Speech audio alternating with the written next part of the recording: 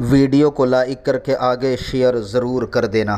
اور وہاں عبادت خانے بنے ہوتے ہیں اندر ایئرپورٹ پر، تو آپ اچھا وہاں پر بیٹھ کر کے وضو کرنے والا بھی انتظام ہوتا ہے اس کے اندر، عبادت خانے کے اندر، تو آپ وہاں بیٹھ کر کے بھی اطمینان سے وضو کر سکتے ہیں۔ اب آپ کو کپڑے اتار کر کے احرام باندھنا ہے۔ میں احرام باندھنے کا آسان طریقہ آپ کو بتا دیتا ہوں، آپ اس کو ملاحظہ فرمائیں۔ ایک بار سب لوگ مل کر درود شریف پڑھ لیں۔ یہ احرام کی دو چادریں ہوتی ہیں، یہ پتلا کپڑا بھی ہوتا ہے اور ایک تولیے والا احرام بھی ہوتا ہے۔ تو آپ کو جو اپنی سہولت ہو آپ وہ لے لیں، اور ہو سکے تو ایسا بھی کریں جو نیچے والا ہو وہ تولیے والا لے لیں اور اوپر والا پتلا لے لیں، یا دونوں تولیے والا لے لیں، آپ اپنی طبیعت کے حساب سے جو چاہیں پسند کریں۔ اس کو سلائی نہیں کر سکتے، بغیر سلی ہوئی چادر پہننا یہی سنت ہے۔ تو اب احرام باندھنے کا کوئی ایسا مخصوص طریقہ جس پر ہم کو بہت پابند کیا گیا ہو، ایسا کچھ بھی نہیں ہے۔ تین طریقے سے آپ احرام باندھ سکتے ہیں نیچے کا۔ ایک تو یہ کہ آپ یہ کپڑا بھی جو احرام کا ہوتا ہے کتنا بڑا ہونا چاہیے، اس کی کوئی میعاد اور مقدار مقرر نہیں ہے۔ آپ دبلے ہیں، آپ موٹے ہیں، تو آپ اپنی سہولت سے آپ کو جو چاہیے جتنا چاہیے آپ اس کو کر سکتے ہیں۔ اتنا زیادہ نہ لے لیں کہ پہننے میں دشواری ہو، اور اتنا کم بھی نہ ہو کہ پہننے میں دشواری ہو۔ تو میرے خیال سے 2 میٹر سے 2.5 میٹر کے درمیان جو ہے وہ آپ اس کو لے سکتے ہیں، تو اس میں کوئی دشواری نہیں ہے۔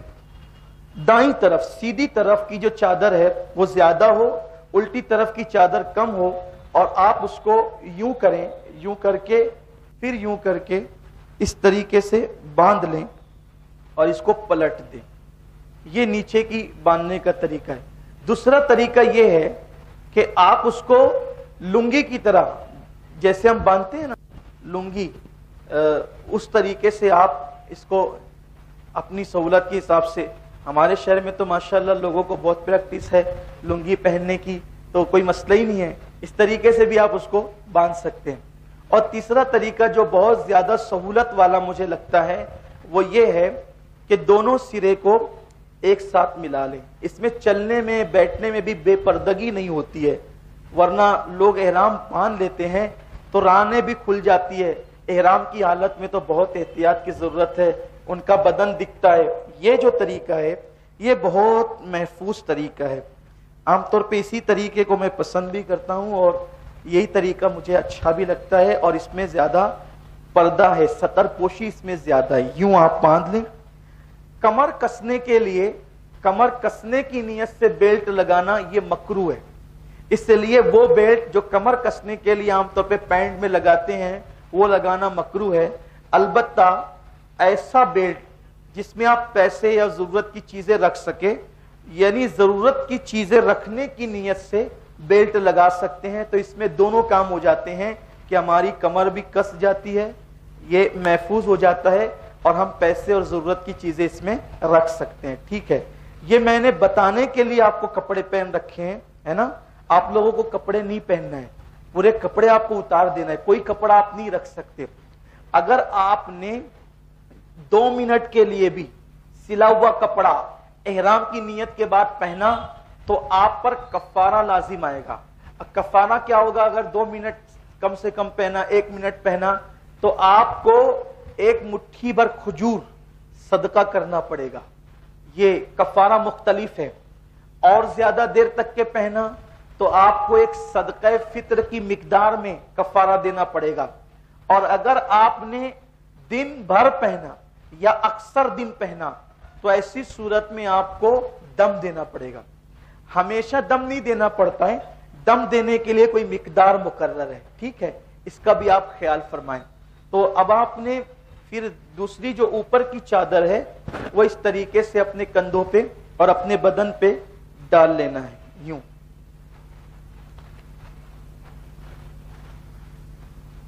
یہ، اور اب آپ نے سارے سلے ہوئے کپڑے نکال دیے اور یہ آپ نے پہن لیا۔ اس طریقے سے احرام میں رہنا یہ سنت ہے۔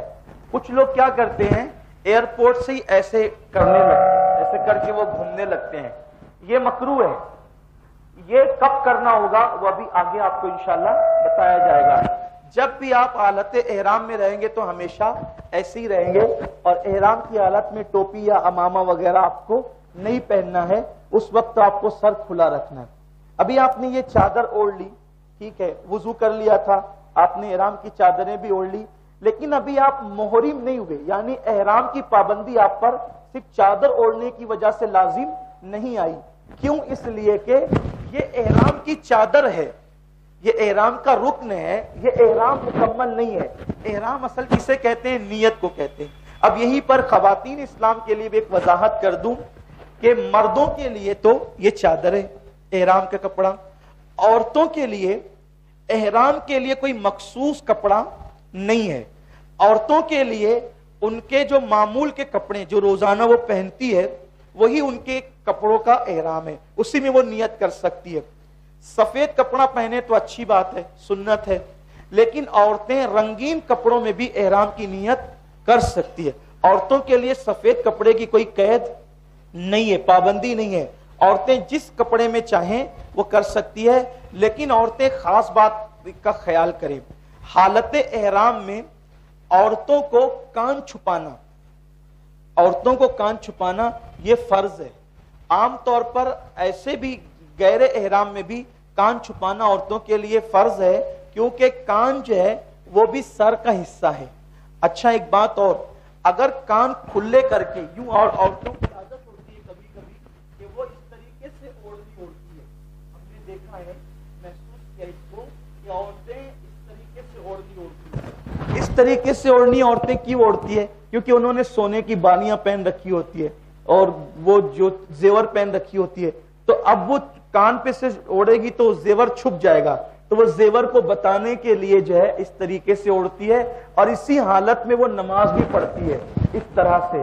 تو اگر نماز کی حالت میں اس کے کان کھلے رہے تو اس کی نماز ہی نہیں ہوگی، اس کی نماز، کیونکہ کان سر کا حصہ ہے، نماز ہی نہیں ہوگی. اور ایک اور اہم مسئلہ، اگر طواف میں کان کھلے رہے تو بھی طواف نہیں ہوگا، طواف بھی نہیں ہوگا. اس لیے خواتین کے لیے یہ ہے کہ معمول کے کپڑوں میں وہ احرام کی نیت کریں. لیکن ایک مشورہ کہ ہمارے یہاں انڈیا کے اندر احرام کے نام سے رومالی ٹائپ ملتا ہے، وہ سلا ہوا ہوتا ہے، تو وہ یہاں سے اس طریقے سے بنتا ہے اور وہ پورا یہاں تک کے آ جاتا ہے، تو اس میں اچھی خاصی ستر پوشی ہو جاتی ہے، تو وہ لے لیں.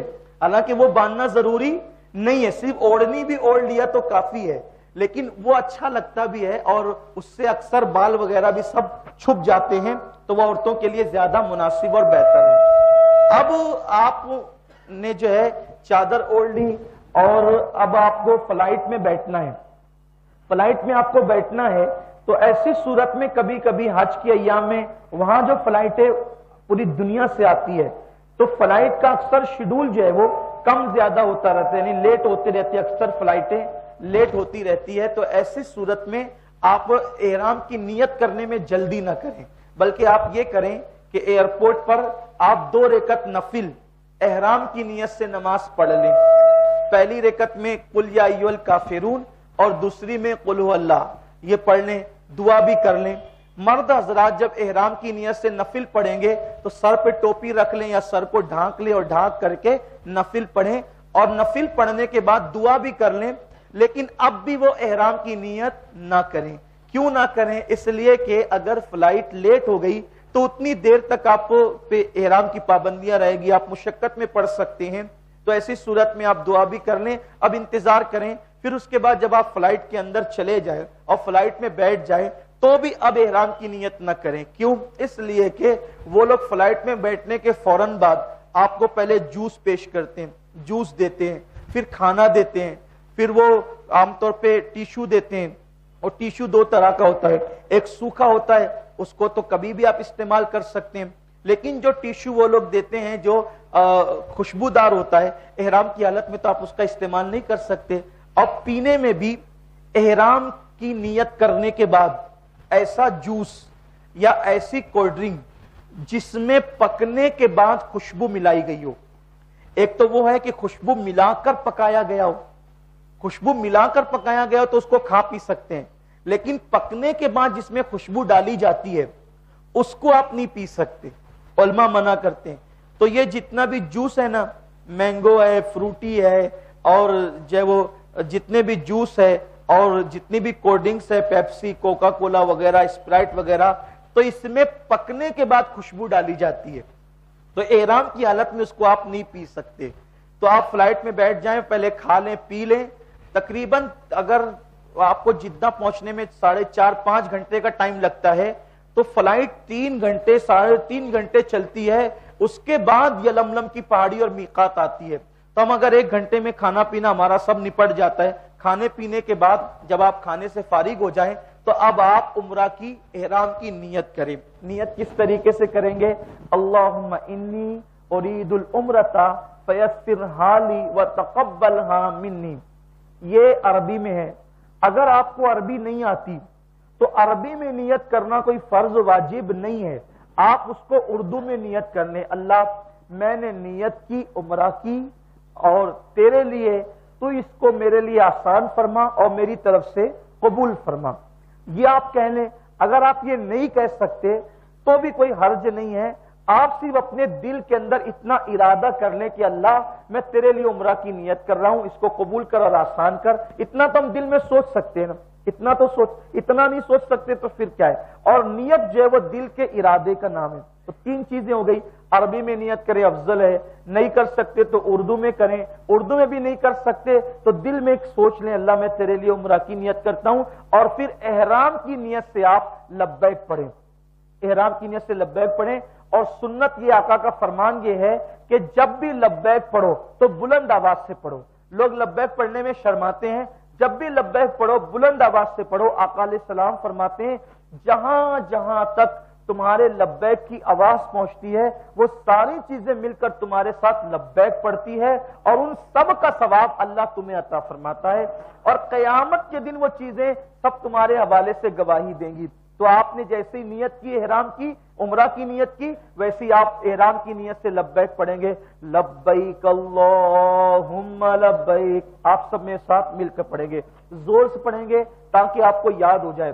خواتین بھی پڑھیں اپنی آواز میں، لبیک اللہم لبیک لبیک لا شریک لک لبیک ان الحمد والنعمت لک والملک لا شریک لک لبیک اللہم لبیک لبیک لا شریک لک لبیک ان الحمد والنعمت لک والملک لا شریک لک لبیک اللہم لبیک لبیک لا شریک لک لبیک ان الحمد والنعمت لک والملک لا شریک لک۔ کم سے کم 3 بار پڑھیں، پھر جتنا اللہ توفیق دے جی چاہے پڑھیں، پھر دعا کریں کہ یہ دعا کی قبولیت کا وقت آ گیا۔ اب جو آپ دعا کریں گے اللہ آپ کی ساری دعاؤں کو قبول فرمائے گا۔ اب آپ پر احرام کی پابندیاں عائد ہو گئی۔ مرد اور عورت میں احرام کی پابندیاں کیا کیا ہے؟ پہلے وہ مردوں کے حوالے سے پھر عورتوں کے حوالے سے، جو دونوں مشترک ہے پہلے وہ سن لیں۔ مرد اور عورت جب وہ احرام کی نیت کر لیتے ہیں، عمرہ کی یا حج کی نیت کر لیتے ہیں، احرام کی پابندی ان پہ عائد ہو جاتی ہے، تو ان کے لیے کچھ چیزیں جو پہلے حلال تھی وہ حرام ہو جاتی ہے۔ بعض چیزیں جیسے شوہر پر بیوی حرام ہو جاتی ہے، اور بیوی پر شوہر حرام ہو جاتا ہے، یعنی آپ ایک دوسرے کے ساتھ بیٹھ سکتے ہیں، کھا سکتے ہیں، چل سکتے ہیں، لیکن میاں بیوی جیسے تعلقات آپ قائم نہیں کر سکتے۔ حیا کے پردے میں آپ سمجھ سکتے ہیں۔ پھر میاں بیوی کے درمیان جو حیا کی باتیں ہوتی ہیں، مخصوص باتیں، وہ باتیں بھی کرنا حرام ہو جاتی ہے، یعنی وہ باتیں بھی آپ بات بھی وہ والی باتیں نہیں کر سکتے جس سے آدمی کے جذبات ابھرتے ہوں، وہ باتیں کرنا بھی حرام ہو جاتی ہے، اور وہ کام کرنا بھی حرام ہو جاتا ہے۔ ٹھیک ہے، البتہ دنیا کی باتیں، دین کی باتیں، خاندان کی باتیں، یہ ساری باتیں جو عام طور پہ ہوتی ہیں وہ جائز کی جا سکتی ہے۔ ویسے بھی زیادہ تر ذکر اذکار کرنا چاہیے۔ دوسری بات، مرد اور عورتوں کے لیے یہ مشترک ہے، وہ کوئی خوشبودار چیز استعمال نہیں کر سکتے، جیسے عطر استعمال نہیں کر سکتے، کچی لونگ نہیں کھا سکتے، کچی الائچی، دار چینی کچی نہیں کھا سکتے۔ البتہ اس کو ڈال کر کھانا پکایا گیا تو وہ کھا سکتے. اسی طرح سنترا خوشبودار پھل سونگھ نہیں سکتے، البتہ اس کو کھا سکتے. اسی طریقے سے جاوتری وغیرہ یا کوئی خوشبو کی چیز پلو میں نہیں باندھ سکتے یہ. اور پھر اپنے ناخن نہیں کاٹ سکتے. اسی طریقے سے اپنے بال نہیں توڑ سکتے، جو نہیں مار سکتے. اسی طریقے سے جنگلی جانور کا شکار عام طور پہ کوئی کرتا بھی نہیں ہے، لیکن جنگلی جانور کا شکار مسئلہ ہے، نہیں کر سکتے. اگر کوئی شکار کر رہا ہو تو اس کی رہنمائی بھی نہیں کر سکتے. اسی طریقے سے جو ہے وہ کسی جاندار کو یعنی کہ اس کو بغیر ضرورت کے ایذا پہنچانا وہ تو یوں بھی ناجائز ہے. احرام کی حالت میں اور زیادہ اس میں شدت ہو جاتی ہے. ایسے انداز سے وضو کرنا کہ مرد کے لیے کہ وہ داڑھی کے بال اس کے ٹوٹے یعنی اس کو رگڑنا. ویسے بھی عام طور پہ وضو کرنے کی سنتوں میں یہ ہے کہ چہرہ مل کر، جیسے عام طور پہ لوگ کرتے ہیں نا، ایک دم بالکل چہرہ مل کر جنگی پیمانے پر، جس کو وضو کہہ سکتے ہیں آپ، تو یہ ویسے بھی اسلام میں نہیں ہے. چہرے کا وہ جو دھلنے کا انداز ہے وہ اتنی نزاکت کے ساتھ اللہ کے حبیب علیہ السلام کرتے تھے کہ حضور علیہ السلام جب پانی چہرے پہ ڈالتے تھے تو یوں ہلکے انداز سے ڈالتے تھے اور بہت ہلکے انداز سے حضور علیہ السلام داڑھی کا مسح کرتے تھے. یوں بھی چہرے کو بہت ملنا یا داڑھی کو بہت ملنا یہ فزیکلی طور پر سائنس بھی کہتے کہ اس میں نقصان ہے. اس طریقے سے نہیں کرنا چاہیے. اس سے چہرے کی رونق اور جو ہے وہ جلد کی چمک ختم ہوتی ہے بہت چہرہ ملنے کی وجہ سے. اس لیے امام حضرت مجدد الفسانی کے ملفوظات اٹھا کر دیکھیں، بہت ہلکے انداز سے پانی ڈالا جاتا ہے، بہت ہلکے انداز سے عام طور پہ وضو کرنا چاہیے. اور احرام میں تو اور احتیاط کی ضرورت ہے کہ بال نہیں ٹوٹنے چاہیے.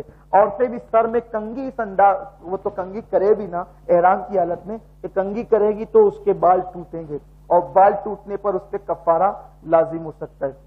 عورتیں حالت احرام میں جو ہے وہ منہ نہیں چھپا سکتی. عورتوں پر تو پردہ فرض ہے کہ ان کو منہ چھپانا چاہیے، لیکن احرام کی حالت میں ان کو چاہیے کہ وہ سر چھپائے، بدن پورا چھپائے، لیکن وہ چہرے کی اتنی جو ٹکلی ہے یہ چہرہ کھلا رکھے. اگر عورتیں جان بوجھ کر کے کپڑے سے چہرہ چھپائے گی اور وہ کپڑا چہرے پہ لگے گا تو ان پر کفارہ لازم آئے گا. اس لیے حالت احرام میں چہرہ کھلا رکھنا چاہیے. اگر عورت احرام میں چہرہ چھپانا چاہتی ہو تو اس کو چاہیے کہ وہ کیپ جیسی آتی ہے نا، وہ عام طور پہ ملتی ہے، وہ یہاں پہ پہلے وہ باندھے گی اور پھر وہ کپڑا ڈالے گی تاکہ وہ کپڑا اس کے چہرے پہ نہ لگے. لیکن اس میں بھی نیند میں بے احتیاطی ہو سکتی ہے، تو بہتر یہی ہے کہ چہرہ کھلا رکھے. اب احرام کی حالت میں عورت کو چہرہ کھلا رکھنے کی اجازت ہے، اجازت نہیں بلکہ اس کو حکم ہے کہ وہ چہرہ کھلا رکھے، کیونکہ یہ اللہ تبارک و تعالیٰ کا امتحان ہے. مردوں کو کہا نظر جھکانا، عورتوں کو کہا کہ چہرہ کھلا رکھنا. یعنی حج کا امتحان یہی سے شروع ہو گیا ہے اور مردوں کے لیے حکم ہے. ارے خود کی عورت جب حرام ہو جاتی ہے احرام میں تو دوسری عورتیں جو پہلے سے حرام ہیں ان کی اوپر نظر اٹھانا کتنا سخت جرم ہوگا. تو جو حج جو ہے نا وہ بہت آزمائش اور امتحانوں کا نام ہے، تو اس لیے عورتوں کو چہرہ کھلا رکھنے کی اجازت ہے. لیکن عورتیں جو ہے وہ ہاتھوں کے دستانے پہن سکتی ہے، پیروں میں موزے پہن سکتی ہے، سینڈل جوتی پہن سکتی ہے. مردوں کے لیے ایک خاص مسئلہ یہ ہے کہ مرد حالت احرام میں ایسا چپل یا ایسا جوتا نہیں پہن سکتا جس سے پیر کا ابھرا ہوا حصہ چھپ جائے. ابھرا ہوا حصہ نہیں چھپنا چاہیے. اس کے لیے اسی لیے مرد حضرات حالت احرام میں ہوائی چپل پہنتے ہیں، جن کو ہم سلیپر کہتے ہیں، وہ پہنتے ہیں حالت احرام کے اندر. اسی طریقے سے حالت احرام میں غسل کر سکتے ہیں، احرام کی حالت میں غسل کر سکتے ہیں، لیکن سر کو مل کر نہیں، داڑھی کو مل کر نہیں، صابن لگا کر نہیں. خوشبودار صابن بھی نہیں لگا سکتے، اس سے تو دم آ جائے گا. اور بغیر خوشبو کا صابن وہ بھی میل چھڑانے کی نیت سے استعمال نہیں کر سکتے. اچھا، اگر ہم بیت الخلاء سے باہر نکلے تو باہر نکلنے کے بعد وہ جو لکوڈ ہوتا ہے نا تو اس کو استعمال کر سکتے ہیں ہاتھ دھلنے کے لیے، بدبو کو زائل کرنے کے لیے، جراثیم کے اثرات ختم کرنے کے لیے. اس کا استعمال صرف ہاتھ دھونے کے لیے، اتنا ہاتھ جتنا ہاتھ کو ہم نے بیت الخلاء میں استعمال کیا ہے اس کو استعمال کرنے کی اجازت ہے، وہ جائز ہے. اور پھر اس کے بعد خواتین کے لیے ایک مسئلہ اور ہے کہ اگر خواتین سر پر کپڑوں کی گٹھی رکھنا چاہیں تو وہ گٹھی سر کی پہ اٹھا سکتی ہے، مرد نہیں اٹھا سکتا.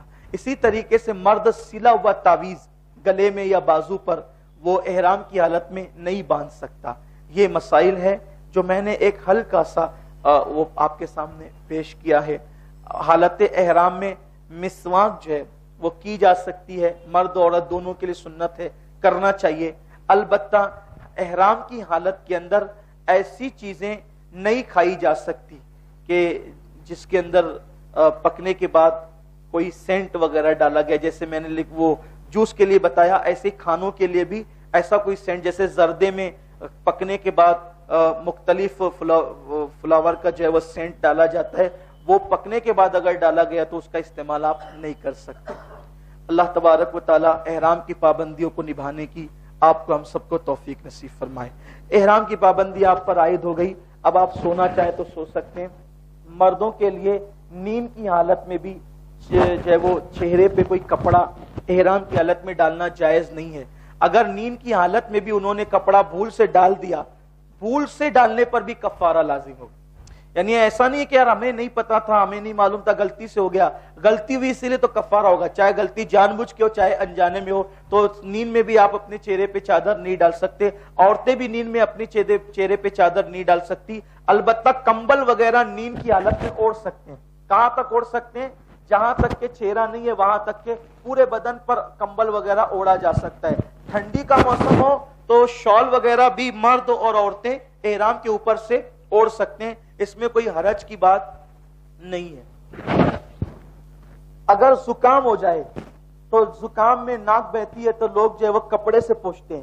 احرام کی حالت میں کپڑے سے ناک چہرہ نہیں پوچھ سکتے، اس کے لیے آپ ٹیشو کا استعمال کریں. مرد ہو یا عورت احرام کی حالت میں یا وضو کرنے کے بعد کپڑے کا استعمال اس طریقے سے منہ پر نہیں کر سکتے. یہ جائز نہیں ہے، اس کی اجازت نہیں ہے. اگر آپ نے کپڑے کا استعمال کیا تو کفارہ لازم آئے گا. اور کفارے کی مختلف صورتیں جو میں نے آپ کو بتائی ہے وہ آپ کے ذہن میں ہونی چاہیے. کبھی کبھی ہم کو ڈر لگتا ہے کہ جب جب غلطی ہوگی تب تب دم لازم آئے گا، تو تب دم لازم نہیں آتا.